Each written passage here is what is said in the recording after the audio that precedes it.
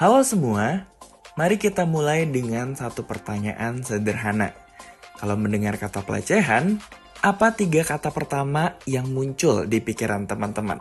Betul, pelecehan di tempat kerja adalah masalah serius. Menurut pedoman internasional dan nasional, pelecehan berarti perilaku yang tidak diinginkan, berulang, merendahkan martabat pekerja, dan seringkali melibatkan penyalahgunaan kekuasaan. Tempat kerja juga bukan hanya kantor atau pabrik, tapi juga mencakup perjalanan dinas, pelatihan, bahkan komunikasi elektronik. Dasar pelecehan bisa terkait dengan ras, gender, budaya, usia, orientasi seksual, hingga agama. Bentuk pelecehan bermacam-macam, bisa fisik, verbal maupun nonverbal atau visual. Contohnya, komentar yang merendahkan, gestur seksual, hingga gambar yang tidak pantas. Khusus pelecehan seksual, ini bisa berupa sentuhan yang tidak diinginkan, komentar tentang tubuh, gestur menjurus seksual, memperlihatkan materi pornografi, bahkan permintaan layanan seksual. Semua ini membuat korban merasa terhina, tersinggung, atau terintimidasi.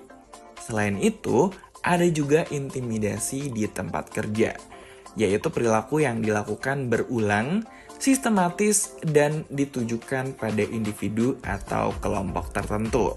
Misalnya menghina, mengancam, mengisolasi, atau memberi beban kerja yang tidak wajar. Tapi perlu diingat, disiplin kerja yang adil atau rotasi normal bukan termasuk intimidasi. Apa sih konsekuensi potensial dari pelecehan di tempat kerja? Bagi korban, tentunya stres, trauma, kehilangan rasa percaya diri, bahkan gangguan kesehatan. Bagi perusahaan, turunnya produktivitas, tingginya turnover, tim yang retak, hingga rusaknya reputasi. Lalu, bagaimana sih cara pencegahannya? Perusahaan bisa melakukan hal-hal berikut seperti membuat kebijakan anti pelecehan yang jelas dan tegas, melakukan sosialisasi dan edukasi agar semua karyawan paham, mengadakan pelatihan untuk karyawan dan manajer supaya mampu mengenali dan menghentikan perilaku tidak pantas. Yang terakhir bisa melakukan mekanisme internal berupa prosedur pengaduan, investigasi transparan, dan sanksi tegas. Kalau kasus terjadi, perusahaan wajib menanganinya dengan prosedur keluhan formal maupun informal, menjaga kerahasiaan, serta melindungi korban dari balas dendam.